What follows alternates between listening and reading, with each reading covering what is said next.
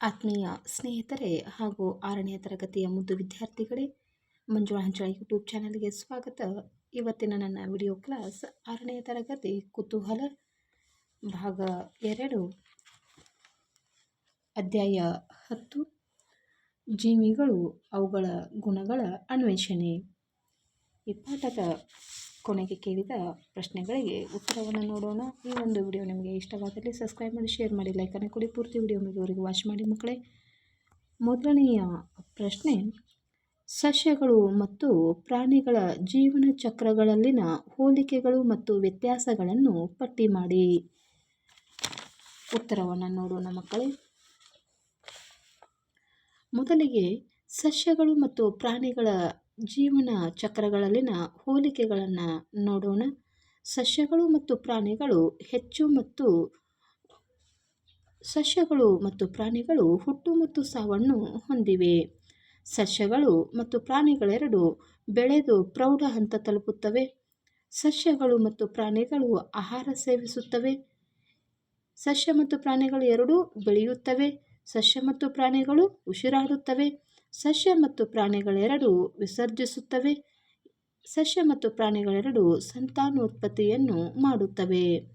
ಇನ್ನು ಸಸ್ಯಗಳು ಮತ್ತು ಪ್ರಾಣಿಗಳ ನಾವು ವ್ಯತ್ಯಾಸಗಳನ್ನು ನೋಡೋದಾದರೆ ನಾವು ಎರಡು ಪಟ್ಟಿಗಳನ್ನು ಮಾಡೋಣ. ಮೊದಲಿಗೆ ಸಸ್ಯಗಳು, ನಂತರ ಪ್ರಾಣಿಗಳು.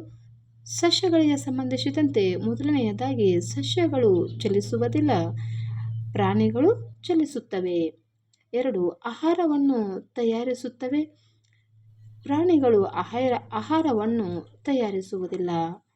ಸಸ್ಯಗಳು ಸ್ವಪೋಷಕಗಳಾದರೆ ಪ್ರಾಣಿಗಳು ಪರಪೋಷಕಗಳಾಗಿವೆ ಮಕ್ಕಳೇ. ಇನ್ನು ಮೂರನೆಯದಾಗಿ ಇವು ಹಸಿರಾಗಿದ್ದು ಪತ್ರಹರಿತನ್ನು ಹೊಂದಿವೆ. ಪ್ರಾಣಿಗಳು ಇವು ಹಸಿರಾಗಿಲ್ಲ ಮತ್ತು ಪತ್ರಹರಿತು ಹೊಂದಿಲ್ಲ.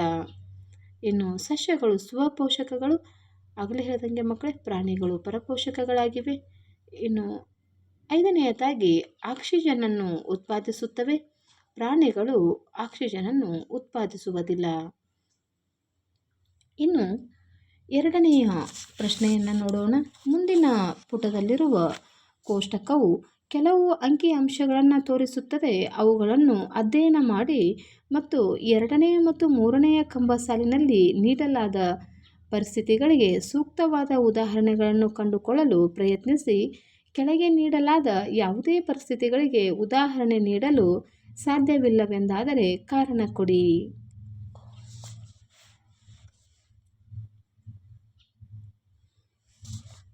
ಕ್ರಮ ಸಂಖ್ಯೆ 1, ಇದು ಬೆಳೆಯುತ್ತದೆಯೇ, ಇದು ಉಸಿರಾಡುತ್ತದೆಯೇ, ಉದಾಹರಣೆ ಮತ್ತು ಶರ. ಕ್ರಮ ಸಂಖ್ಯೆ 1, ಇದು ಬೆಳೆಯುತ್ತದೆಯೇ, ಇಲ್ಲ. ಇದು ಉಸಿರಾಡುತ್ತದೆಯೇ, ಇಲ್ಲ. ಹಾಗಾದರೆ ಮಕ್ಕಳೇ, ಬೆಳೆಯದೇ ಇರುವ, ಉಸಿರಾಡದೇ ಇರುವಂತಹ ಒಂದು ವಸ್ತು ಅದು ಕಲ್ಲು. ಇದು ನಿರ್ಜೀವವಾಗಿದೆ. ಇನ್ನು ಎರಡನೆಯದಾಗಿ, ಇದು ಬೆಳೆಯುತ್ತದೆಯೇ, ಇಲ್ಲ. ಇದು ಉಸಿರಾಡುತ್ತದೆಯೇ, ಹೌದು. ಉದಾಹರಣೆ ಅಂದರೆ ವೈರಸ್ಗಳು. ಅನ್ಯ ಜೀವಿಯ ದೇಹದಲ್ಲಿ ಉಸಿರಾಟವನ್ನು ಮಾಡುತ್ತದೆ. ವೈರಸ್ಗಳು ಉದಾಹರಣೆಗೆ ನಾವು ಕೆಮ್ಮಿದಾಗ ಮಕ್ಕಳೇ, ಅದೇ ರೀತಿಯಾಗಿ ಸೀನಿದಾಗ ಬರುವಂತಹ ವೈರಸ್ಗಳನ್ನು ನಾವು ಇಲ್ಲಿ ಉದಾಹರಣೆಗಳಾಗಿ ಕೊಡಬಹುದು. ಇನ್ನು ಮೂರನೆಯದಾಗಿ, ಇದು ಬೆಳೆಯುತ್ತದೆಯೇ, ಹೌದು. ಇದು ಉಸಿರಾಡುತ್ತದೆಯೇ, ಇಲ್ಲ. ಉದಾಹರಣೆಗೆ ಹಿಮಗಡ್ಡೆಗಳನ್ನು ಕೊಡಬಹುದು. ಚಳಿಗಾಲದಲ್ಲಿ ಬೆಳೆಯುತ್ತವೆ, ಆದರೆ ಇವು ಉಸಿರಾಡಲು ಬರುವುದಿಲ್ಲ. ಇನ್ನು ನಾಲ್ಕನೆಯದಾಗಿ, ಇದು ಬೆಳೆಯುತ್ತದೆಯೇ, ಹೌದು. ಇದು ಉಸಿರಾಡುತ್ತದೆಯೇ, ಹೌದು. ಹಾಗಾದರೆ ಉದಾಹರಣೆ ನೋಡುವುದಾದರೆ ಸಸ್ಯಗಳು ಮತ್ತು ಪ್ರಾಣಿಗಳು. ಮಕ್ಕಳೇ, ಸಸ್ಯಗಳು ಮತ್ತು ಪ್ರಾಣಿಗಳು ಬೆಳೆಯುತ್ತವೆ, ಅದೇ ರೀತಿಯಾಗಿ ಉಸಿರಾಟವನ್ನು ಸಹ ಮಾಡುತ್ತವೆ. ಇನ್ನು ಮೂರನೆಯ ಪ್ರಶ್ನೆ, ಬೀಜ ಮೊಳೆಯಲು ವಿಭಿನ್ನ ಪರಿಸ್ಥಿತಿಗಳು ಬೇಕಾಗುತ್ತವೆ ಎಂದು ನೀವು ಕಲಿತಿದ್ದೀರಿ. ಧಾನ್ಯಗಳು ಮತ್ತು ಬೇಳೆಕಾಳುಗಳ ಸೂಕ್ತ ಸಂಗ್ರಹಣೆಗಾಗಿ ನಾವು ಈ ಜ್ಞಾನವನ್ನು ಹೇಗೆ ಬಳಸಬಹುದು? ಉತ್ತರ, ಬೀಜ ಮೊಳಕೆಯೊಡೆಯಲು ನೀರು, ಗಾಳಿ, ಸೂಕ್ತ ಬೆಳಕು ಮತ್ತು ಅವು ಬೆಳೆಯಲು ಮಣ್ಣು ಇವುಗಳು ಬೇಕಾಗುತ್ತವೆ. ಆದ್ದರಿಂದ ನಾವು ಅವುಗಳನ್ನು ಅಂದರೆ ಬೀಜ ಧಾನ್ಯಗಳನ್ನು ಗಾಳಿ, ತೇವಾಂಶ, ನೀರು ಮತ್ತು ಮಣ್ಣಿನ ಸಂಪರ್ಕಕ್ಕೆ ಬರದಂತೆ ಸಂಗ್ರಾಹಕಗಳಲ್ಲಿ ಸಂಗ್ರಹಿಸಬೇಕು. ಇದರಿಂದ ನಾವು ಧಾನ್ಯಗಳನ್ನು ಹೆಚ್ಚಿನ ಕಾಲದವರೆಗೆ ಸಂಗ್ರಹಿಸಬಹುದು.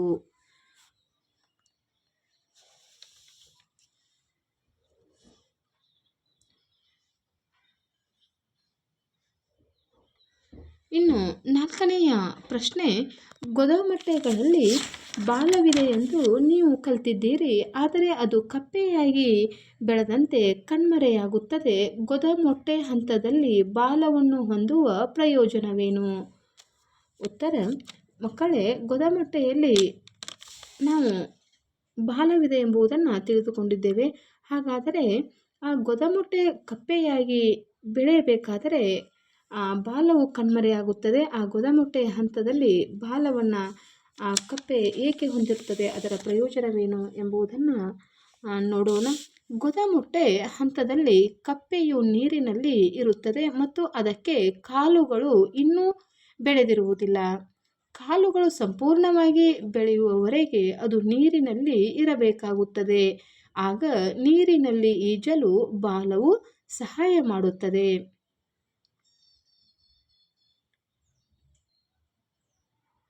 ಇನ್ನು 5ನೆಯ ಪ್ರಶ್ನೆ, ಮರದ ದಿಮ್ಮಿ ಚಲಿಸಲು ಸಾಧ್ಯವಿಲ್ಲದ ಕಾರಣ ಅದು ನಿರ್ಜೀವವಾಗಿದೆ ಎಂದು ಚರಣ್ ಹೇಳುತ್ತಾನೆ.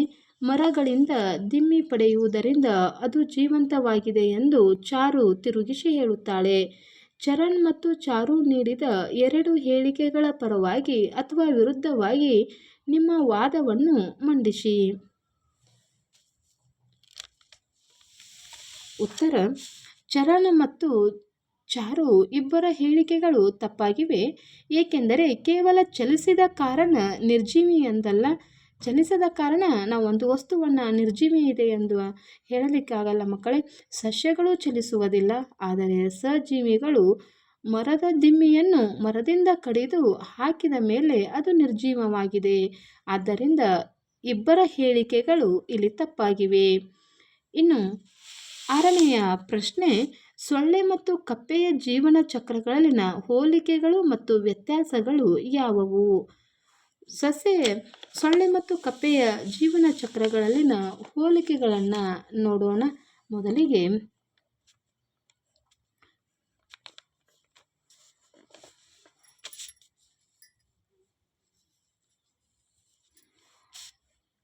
ಸೊಳ್ಳೆ ಮತ್ತು ಕಪ್ಪೆಗಳ ಜೀವನ ಚಕ್ರಗಳು 2 ಮೊಟ್ಟೆಗಳಿಂದ ಪ್ರಾರಂಭವಾಗುತ್ತದೆ ಮತ್ತು 2 ಮೊಟ್ಟೆಗಳು ನೀರಿನಲ್ಲಿ ಮುಂದಿನ ಹಂತ ತಲುಪುತ್ತವೆ.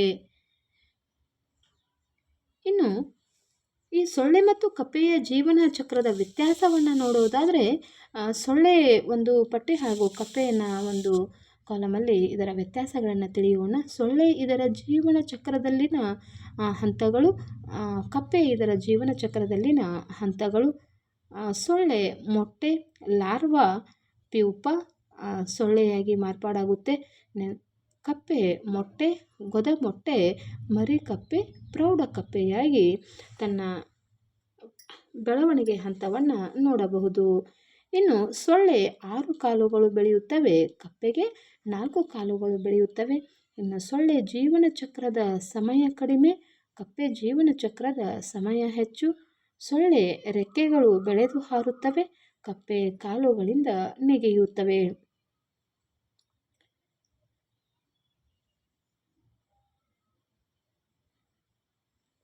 ಇನ್ನು ಪ್ರಶ್ನೆ ಸಂಖ್ಯೆ 7, ಒಂದು ಸಸ್ಯಕ್ಕೆ ಅದರ ಬೆಳವಣಿಗೆಗೆ ಬೇಕಾದ ಎಲ್ಲ ಪರಿಸ್ಥಿತಿಗಳನ್ನು ಒದಗಿಸಲಾಗಿದೆ.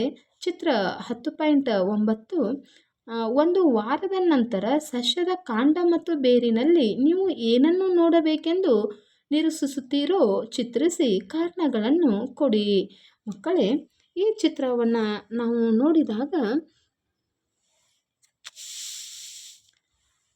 ಇಲ್ಲಿ ಕೇವಲ ಮೊಳಕೆಯಾಗಿ ಭೂಮಿಯ ಮೇಲೆ ನಾವು 2 ಎಲೆಗಳನ್ನು ಇಲ್ಲಿ ನೋಡಬಹುದು. ಅದೇ ರೀತಿಯಾಗಿ ಬೇರುಗಳು ಭೂಮಿಯ ಒಳಗೆ ಕೆಳಮುಖವಾಗಿ ಬೆಳೆಯುವುದನ್ನು, ಅದೇ ರೀತಿಯಾಗಿ ಕಾಂಡ ಮತ್ತು ಎಲೆಗಳು ಸೂರ್ಯನ ಅಂದರೆ ಸೂರ್ಯನ ಬೆಳಕಿನ ಕಡೆಗೆ ಮೇಲ್ಮುಖವಾಗಿ ಬೆಳೆಯುವುದನ್ನು ನಾವು ಈ ಚಿತ್ರದಲ್ಲಿ ನೋಡಬಹುದು ಮಕ್ಕಳೇ. ಅಂದರೆ ಇದಕ್ಕೆ ಕಾರಣಗಳನ್ನು ನೋಡುವುದಾದರೆ, ಅಂದರೆ ಬೇರು ಕೆಳಮುಖವಾಗಿ ಬೆಳೆಯುವುದು, ಅದೇ ರೀತಿಯಾಗಿ ಕಾಂಡ ಮತ್ತು ಎಲೆಗಳು ಸೂರ್ಯನ ಮೇಲ್ಮುಖವಾಗಿ ಸೂರ್ಯನ ಕಡೆಗೆ ಮುಖ ಮಾಡಿರುವುದನ್ನು ನಾವು ಗಮನಿಸುತ್ತೇವೆ. ಇದಕ್ಕೆ ಕಾರಣಗಳನ್ನು ನೋಡುವುದಾದರೆ, ಬೇರುಗಳು ಭೂಮಿಯ ಕಡೆಗೆ ಅಂದರೆ ಕೆಳಮುಖವಾಗಿ ಬೆಳೆಯುತ್ತವೆ ಮತ್ತು ಕಾಂಡವು ಹಾಗೂ ಎಲೆಗಳು ಮೇಲ್ಮುಖವಾಗಿ ಸೂರ್ಯನ ಬೆಳಕಿನ ಕಡೆಗೆ ಬೆಳೆಯುವುದನ್ನು ನೋಡುತ್ತೇವೆ. ಇನ್ನು 8ನೆಯ ಪ್ರಶ್ನೆ, ಚಿತ್ರ 10.10ರಲ್ಲಿ ತೋರಿಸಿರುವಂತೆ ತಾರ ಮತ್ತು ವಿಜಯ ಪ್ರಯೋಗಗಳನ್ನು ಕೈಗೊಂಡರು. ಅವರು ಏನು ಕಂಡುಹಿಡಿಯಲು ಬಯಸಿದ್ದಾರೆ ಎಂದು ನೀವು ಭಾವಿಸುತ್ತೀರಿ? ಅವು ಸರಿಯಾಗಿವೆಯೇ ಎಂದು ಅವರಿಗೆ ಹೇಗೆ ತಿಳಿಯುತ್ತದೆ? ಉತ್ತರ, ಇಲ್ಲಿ ತಾರಾ ಕೊಟ್ಟಂಥ ಚಿತ್ರದಲ್ಲಿ ಇಲ್ಲಿ ಪ್ರಾಯೋಗಿಕ ಜೋಡಣೆಯನ್ನು ನೋಡೋಣ ಮಕ್ಕಳೇ. ಮೊದಲಿಗೆ ಇಲ್ಲಿ ತಾರಾ ಮತ್ತು ವಿಜಯ್ ಯಾವಾಗಲೂ ಸಸ್ಯದ ಕಾಂಡವು ಸೂರ್ಯನ ಕಡೆಗೆ ಅಂದರೆ ಭೂಮಿಯಿಂದ ಮೇಲ್ಭಾಗಕ್ಕೆ ಮತ್ತು ಬೇರುಗಳು ಭೂಮಿಯಿಂದ ಕೆಳಮುಖವಾಗಿ ಬೆಳೆಯುತ್ತವೆ ಎಂಬುದನ್ನು ಪರೀಕ್ಷಿಸಲು ಈ ಪ್ರಯೋಗವನ್ನು ಕೈಗೊಂಡಿದ್ದಾರೆ. 1 ವಾರದ ನಂತರ ಅವು ಮೊಳಕೆಯೊಡೆದು ಬೆಳೆದಾಗ ಅವುಗಳ ಕಾಂಡ ಮೇಲ್ಮುಖವಾಗಿ ಮತ್ತು ಬೇರುಗಳು ಕೆಳಮುಖವಾಗಿ ಬೆಳೆಯುತ್ತವೆ ಎಂಬ ಸತ್ಯವನ್ನು ಅರಿಯುವರು. ಇನ್ನು 9ನೆಯ ಪ್ರಶ್ನೆ, ಬೀಜ ಮೊಳೆಯುವಿಕೆಯ ಮೇಲೆ ತಾಪಮಾನವು ಪರಿಣಾಮ ಬೀರುತ್ತದೆಯೇ ಎಂಬುದನ್ನು ಪರೀಕ್ಷಿಸಲು ಒಂದು ಪ್ರಯೋಗವನ್ನು ವಿನ್ಯಾಸಗೊಳಿಸಿ.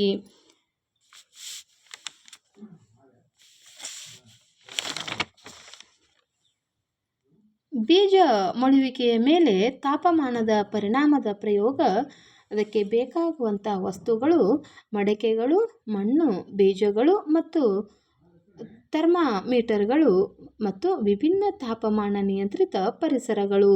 ಉದಾಹರಣೆಗೆ ರೆಫ್ರಿಜರೇಟರ್, ಬಿಸಿಯಾದ ಕೋಣೆ. ಇನ್ನು ಕಾರ್ಯವಿಧಾನ, 2 ಮಡಿಕೆಗಳಲ್ಲಿ ಮಣ್ಣನ್ನು ತುಂಬಿ ಬೀಜಗಳನ್ನು ಹಾಕಿ ಒಂದನ್ನು ರೆಫ್ರಿಜರೇಟರ್ಗಳಲ್ಲಿ ಮತ್ತೊಂದನ್ನು ಬೆಚ್ಚಗಿನ ಕೋಣೆಯ ಮತ್ತು 2 ವಾರಗಳ ನಂತರ ಅವುಗಳ ಬೆಳವಣಿಗೆಯನ್ನು ವೀಕ್ಷಿಸಿ. ನಂತರ ನಾವು ಈ ಬೇಕಾದಂಥ ವಸ್ತುಗಳಿಂದ ನಾವು ಕಾರ್ಯವಿಧಾನವನ್ನು ಕೈಗೊಂಡ ನಂತರ ನಾವು ತೀರ್ಮಾನವನ್ನು ಏನು ಹೇಳಬಹುದು ಅಂದರೆ ಮಕ್ಕಳೇ, ಬೀಜಗಳು ಬೆಳೆಯಲು ಅತಿ ತಂಪಾದ ಮತ್ತು ಅತಿ ಬಿಸಿಯಾದ ತಾಪಮಾನ ಒಳ್ಳೆಯದಲ್ಲ.